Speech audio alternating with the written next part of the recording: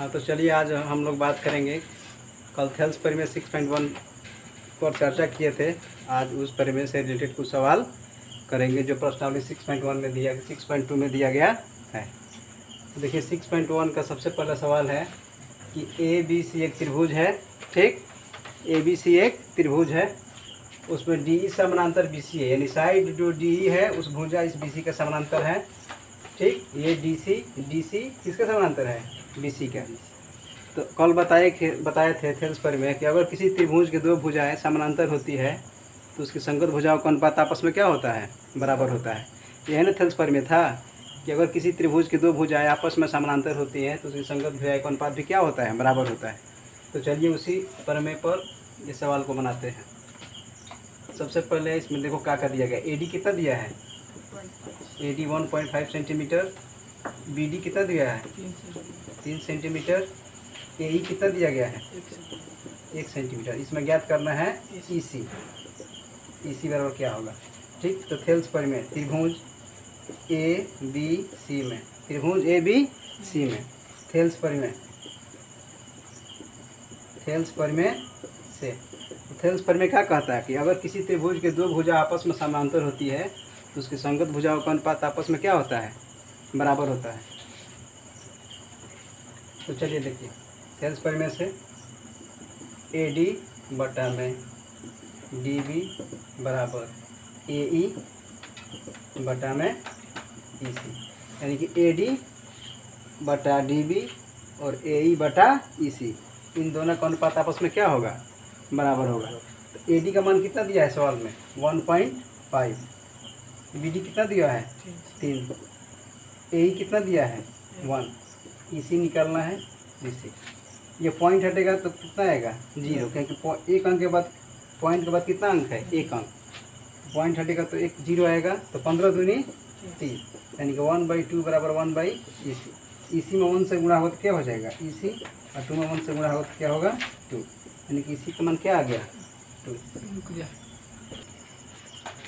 तो 1/2 बराबर 1/ई सी। तो ई सी में 1 से गुणा हुआ था ई सी, तो ई सी का मान कितना आ गया? 2, यानी इसका साइड का मान 2 आ गया। चलिए इस सवाल को देखते हैं।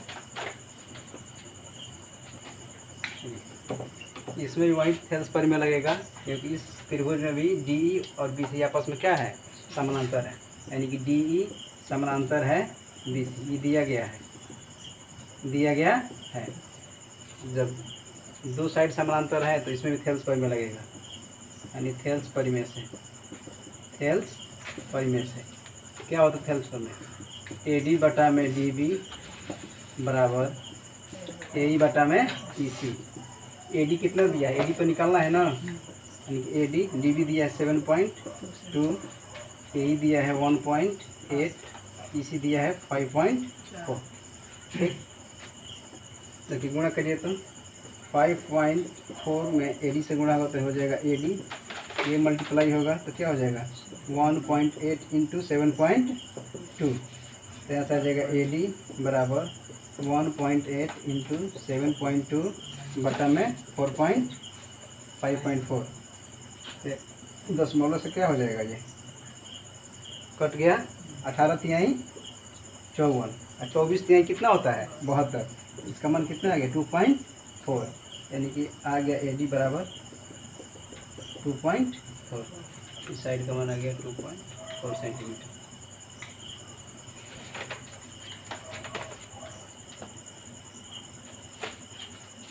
चलिए दूसरा क्वेश्चन की बात करते हैं। इसमें दिया गया है किसी त्रिभुज पी क्यू आर की भुजाएं, कोई त्रिभुज है पी क्यू आर की भुजाएं पी क्यू और पी आर पर दो बिंदु स्थित है। पी क्यू पर स्थित है बिंदु ई और पी आर पर स्थित है बिंदु एफ। ठीक, तो बताइए कि ई एफ समानांतर क्यू आर है कि नहीं है? ये साइड ई एफ भुजा क्यू आर का समानांतर है कि नहीं है? तो सिद्ध करना है कि ई एफ समानांतर क्यू आर है या नहीं। ई एफ समानांतर क्यू आर है या नहीं? ई एफ समानांतर क्यू आर तभी होगा जब पी ई बटा ई क्यू और पी एफ बटा एफ आर का अनुपात आपस में क्या होगा? बराबर होगा। यानी हम कह सकते हैं EF समानांतर QR तभी होगा जब EP बटा में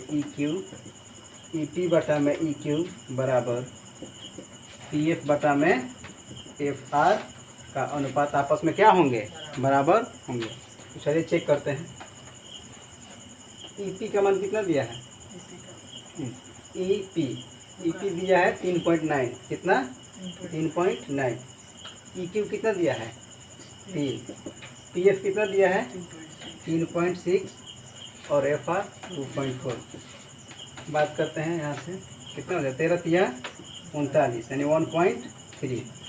यहाँ पर कटाओ तो 12 दूनी 24 बरतियाँ 36, पॉइंट से पॉइंट कैंसिल हो गया, 3/2 यानी इधर आ गया 1.3, इधर आ गया 3.3/2 का अगर भाग लाएंगे तो कितना हो जाएगा 1.5।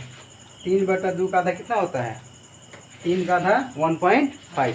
क्या 1.3 बराबर है 1.5 के, बराबर नहीं है। तो हम कह सकते हैं कि चूँकि 1.3 बराबर नहीं है 1.5 के, यानी PE बटा में EQ बराबर नहीं है PF बटा में FR के।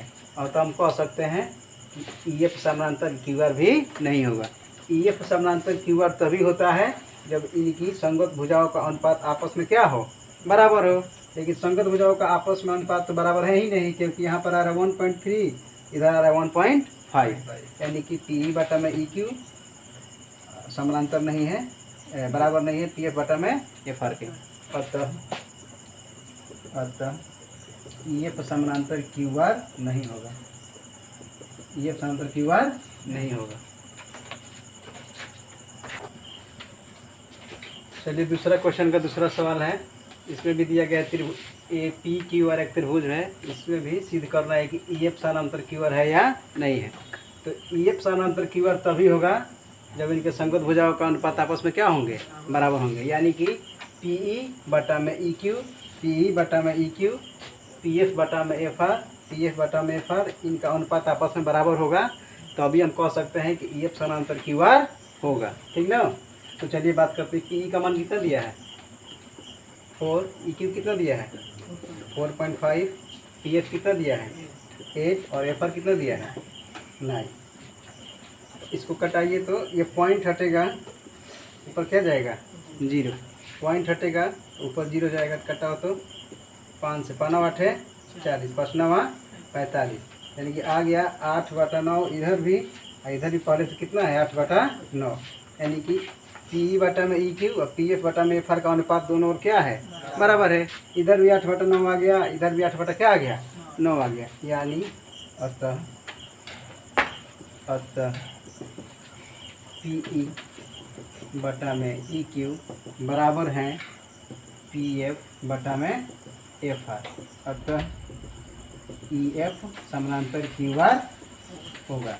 EF समानांतर QR तभी होता है जब इनकी संगत भुजाओं का अनुपात आपस में क्या होंगे, बराबर होंगे। यानी कि इस त्रिभुज की भुजा जब तक अनुपातिक नहीं होगी तब तक ये समानांतर नहीं होगा। तो यहाँ त्रिभुज की जो साइड है आपस में क्या है, अनुपातिक है। यानी कि PE बटा EQ 8/9 और PF बटा FR भी कितना है 8/9। यानी हम कह सकते हैं कि PE बटा EQ बराबर है PF बटा FR के, और तो EF समानांतर QR होगा। चलिए उतार लीजिए आप लोग।